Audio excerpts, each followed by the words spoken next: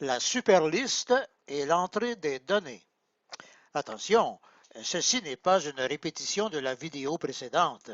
Il s'agit ici d'une deuxième vidéo et elle est plus importante que la première car elle vous montre comment entrer les données grâce à la superliste. Vous devez donc la visionner au moins une fois pour savoir comment procéder. Ensuite, vous pourrez la désactiver en décochant la deuxième petite case, je dis bien la deuxième petite case vidéo en haut de la page, comme ce que je fais devant vous. Toutefois, dans le futur, vous pourrez toujours la revoir en cas de besoin en recochant la deuxième de ces deux petites cases, comme ceci. Pour entrer ou saisir des données nouvelles, les cases de l'interface doivent évidemment être vides. C'est ce qu'on a quand on commence à remplir les cases d'un nouveau fichier qu'on vient de créer. Mais sachez qu'on peut aussi obtenir une interface vide à l'intérieur d'un fichier existant. Ceci est utile quand on veut inscrire un ou des individus qui n'ont pas de lien de parenté avec les individus actuels de l'interface. Je clique donc sur le bouton intitulé Interface vide situé dans l'entête Permanent. Et vous voyez maintenant que toutes les cases de l'interface sont vides et prêtes à recevoir des données nouvelles. J'attire votre attention sur un petit texte en rouge qui vient d'apparaître à droite de l'interface. En cochant la petite case de l'article 1, on fera en sorte que le dernier nom de famille qui a été inscrit précédemment dans l'interface soit répété dans la case du nom de famille. Ceci est utile quand on veut copier de longues listes contenant plusieurs fois le même nom de famille.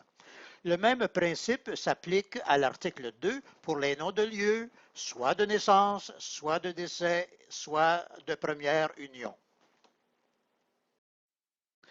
Entrons maintenant dans le vif du sujet. Qu'est-ce que la superliste? C'est le contenu du cadre qui est apparu d'un côté ou de l'autre de l'interface quand vous avez cliqué dans la case d'un nom de famille à gauche ou à droite de la page. C'est votre assistant spécial et il se déplace partout où vous en avez besoin pour remplir les cases de l'interface. Regardez en haut de ce cadre.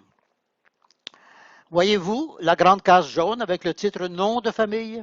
Cela veut dire que la superliste ne contiendra que des noms de famille correspondant aux lettres que vous aurez commencé à écrire dans la case. Notez que la superliste se déplacera et que son contenu sera différent pour chaque nouvelle case que vous aurez à remplir. À droite de la grande case jaune, voyez-vous les trois petits boutons bleus? Le premier est intitulé « Effacer ». En cliquant sur ce bouton, vous effacerez beaucoup plus vite, en cas de besoin, le contenu de la case que vous êtes en train de remplir. Mais si vous n'avez rien à écrire dans une case, cliquez plutôt sur le deuxième bouton intitulé « Passer » afin de vous rendre plus rapidement à la case suivante.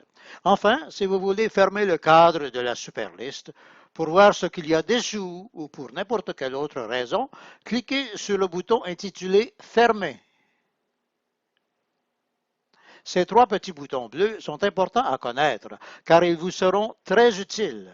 Par exemple, si vous commencez à écrire un nom dans une case et que, sans avoir fini d'écrire ce nom, vous décidez d'écrire plutôt dans une autre case, sachez que vous devrez fermer ce cadre.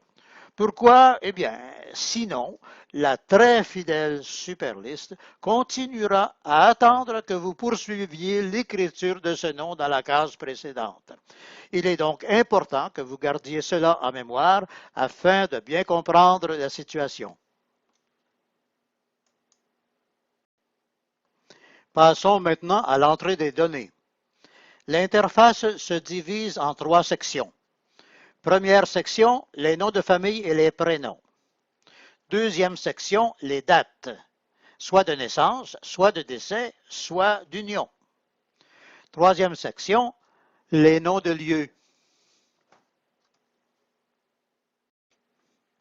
Pour la première section, celle des noms et des prénoms, c'est très simple. Vous n'avez qu'à écrire les 3 ou 4 premières lettres du nom en question. Cliquez alors sur le nom correctement orthographié dans le cadre de la superliste et il sera enregistré automatiquement. Par exemple, j'écris seulement les 4 premières lettres du nom.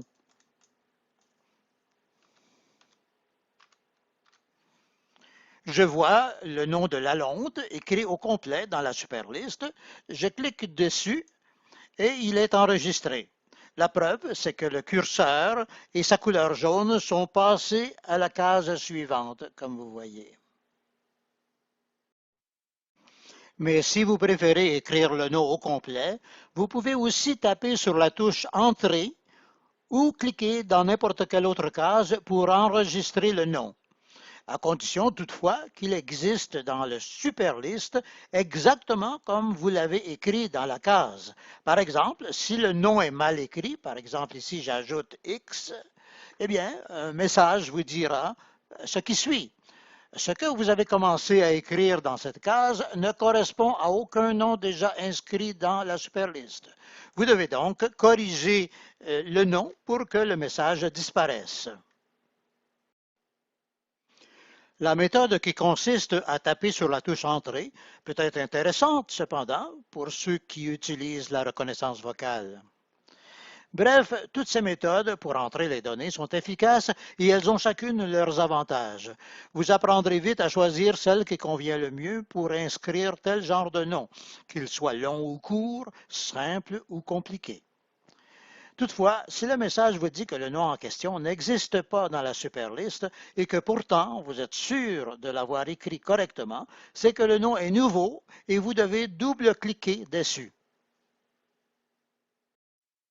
Par exemple, si j'écris correctement le nom du professeur Raoult et que pour obéir à l'article 3 du message, je double-clique sur ce nom, eh bien, le nouveau nom sera enregistré dans la fiche de l'individu et aussi il sera ajouté à la superliste pour le futur. En cliquant sur le bouton OK, vous voyez que le curseur et sa couleur jaune sont déjà passés dans la case du prénom. J'en profite pour écrire DI dans la case, car je sais que le prénom de Didier existe déjà dans la superliste. Alors je clique sur ce nom pour l'enregistrer. Voilà, c'est fait. Si je le juge à propos, je puis même remettre le curseur et la couleur jaune dans la case du nom de Raoult et cliquer sur le bouton G de Google au bas de la fiche pour voir ce qu'on dit de ce professeur dans Wikipédia. Alors, je recherche Wikipédia, je clique sur le site et je vois que l'article est très intéressant et je puis même copier-coller l'URL de cet article en faisant un CTRL-C, comme vous le savez. Je sors de l'article et je clique sur les notes du professeur Didier Raoult. Et ici, j'ai un lien pour atteindre l'Internet.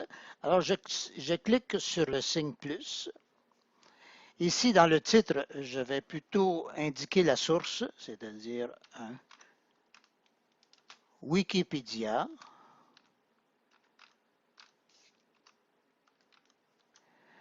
Et sur le lien, je vais faire un CTRL-V pour copier le lien. Je vais l'ajouter. Et vous voyez que maintenant le lien est en rouge. Et je clique. Je fais un seul clic sur le lien, comme ceci. Et j'obtiens une autre fois l'article sur Didier Raoult. Mais il est en permanence maintenant dans mon système. Et dans la fiche de Didier Raoult. Alors, je vois qu'il est né le 13 mars 1952 à Dakar, au Sénégal. Alors, je ferme le lien en reculant et je ferme les notes et je reviens à la fiche du professeur Didier Raoult. Pour la deuxième section, celle des dates de naissance, de décès et d'union, il est plus rapide de cliquer sur les chiffres et sur la case du résultat dans la superliste car ces données seront automatiquement enregistrées. Connaissant la date de naissance du professeur Raoult, je clique donc sur 1952 et je clique sur la case de résultat. Pour le mois de mars, je clique sur 3 et pour la date 13, je clique sur 13. Voilà, tout est déjà enregistré. Notez que vous pouvez aussi inscrire les dates directement dans les cases, mais vous devrez alors taper sur la touche Entrée ou cliquer dans une autre case pour les enregistrer, ce qui est plus long, sauf évidemment si vous voulez utiliser la reconnaissance vocale. Pour la case du pays, qui se trouve dans la section des noms de lieux, vous n'avez qu'à inscrire la première lettre du nom du pays, ce qui est rapide et pratique. En effet, comme les pays sont membres de l'ONU, on a préféré utiliser la version anglaise de ces noms pour éviter des problèmes de duplication. Seuls les noms de pays commençant par cette lettre apparaîtront donc correctement orthographiés dans la superliste et vous choisirez par un clic le pays désiré. Par exemple, ici, il faudrait normalement écrire S pour Sénégal, mais pour les fins de la présente démonstration, je vais écrire temporairement F, comme ceci, pour pouvoir choisir le pays de la France dans la superliste. Voilà, c'est fait.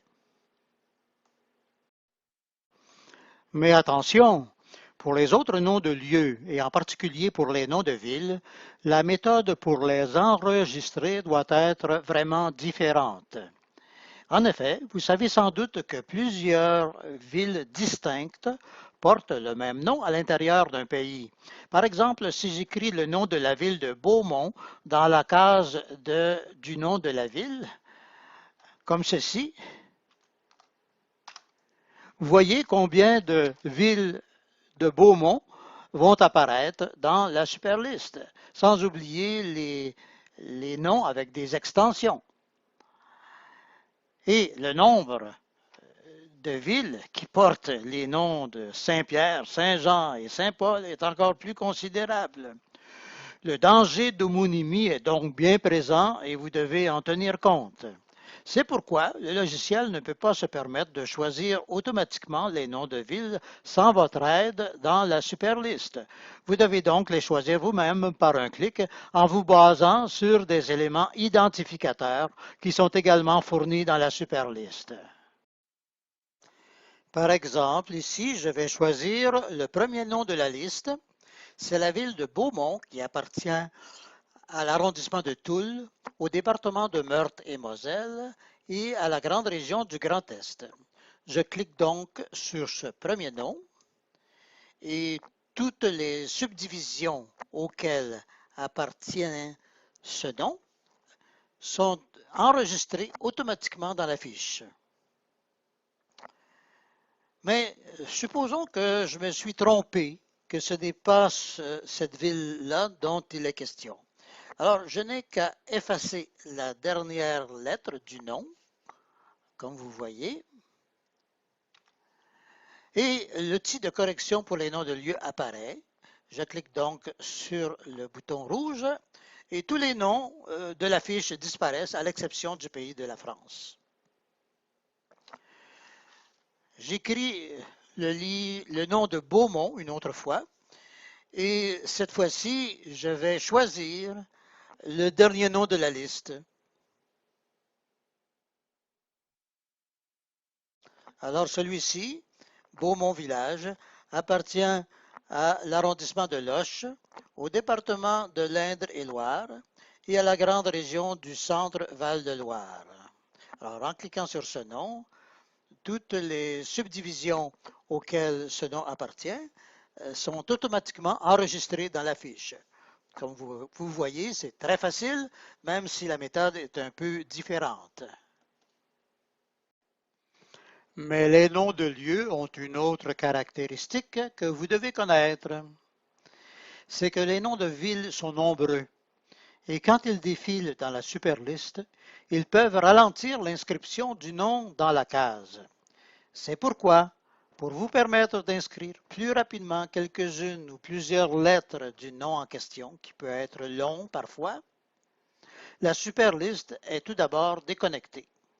Par exemple, je vais choisir un nom un peu long qui est Clermont-Ferrand, mais je vais écrire à grande vitesse seulement une partie du nom. Par exemple, Clermont. Mais voilà que la superliste n'est pas connectée comme vous voyez. C'est pourquoi j'ai pu écrire aussi rapidement. C'est bien indiqué ici, tapez sur Entrée pour connecter la superliste. C'est écrit en rouge, vous ne pouvez pas vous tromper. Alors, je dois cliquer, taper sur Entrée pour connecter la superliste et voilà que tous les Clermont apparaissent. Sauf que Clermont-Ferrand est au bout de la liste et j'ai le choix. Ou bien je fais défiler rapidement la liste. Hein, c'est une possibilité, ça va très bien. Ou encore, je déconnecte la superliste pour pouvoir compléter le nom plus rapidement. Alors, je n'ai qu'à retaper sur Entrée, comme ceci, et là, je peux écrire tout ce que je veux très rapidement, mais je ne vais pas écrire au complet, je vais écrire seulement FER, ça devrait suffire, et là, je retape sur Entrée, et la liste est connectée, et je vois le nom de Clermont-Ferrand. Je peux donc cliquer sur ce nom et enregistrer toutes les subdivisions automatiquement. Comme vous voyez, c'est très simple, mais il s'agit de bien comprendre le système. C'est pourquoi nous avons fait cette vidéo. Bref, il est évident que la superliste doit toujours être connectée pour vous permettre de choisir et d'enregistrer par un clic le bon nom pour la ville ou le lieu en question. Mais il ne faut pas que j'oublie que la France a été indiquée ici aux fins d'une démonstration. Nous savons que le pays de naissance du professeur Didier Raoul est plutôt le Sénégal. Alors, nous allons effacer le nom de la France en utilisant le bouton bleu qui est intitulé Effacer. Et en effaçant le nom du pays, bien, tous les autres noms disparaissent automatiquement. C'est très logique. Et alors, je vais écrire la lettre S pour Sénégal. Peut-être un E, ça va aller plus vite. Et voilà, je clique sur Sénégal. Et quant à la ville de Dakar, je n'ai qu'à écrire D-A-K. Et comme vous savez, la superliste est tout d'abord déconnectée, donc on tape sur Entrée et automatiquement Dakar devrait apparaître. Oui, ça apparaît automatiquement. Alors je clique sur Dakar et tout est enregistré avec toutes les subdivisions nécessaires. Alors voilà, la démonstration est complète. Pour de plus amples informations au sujet des autres fonctionnalités de ce logiciel, n'oubliez surtout pas de consulter les vidéos dont le bouton d'accès se trouve en haut de la page des fichiers à l'ouverture d'une session.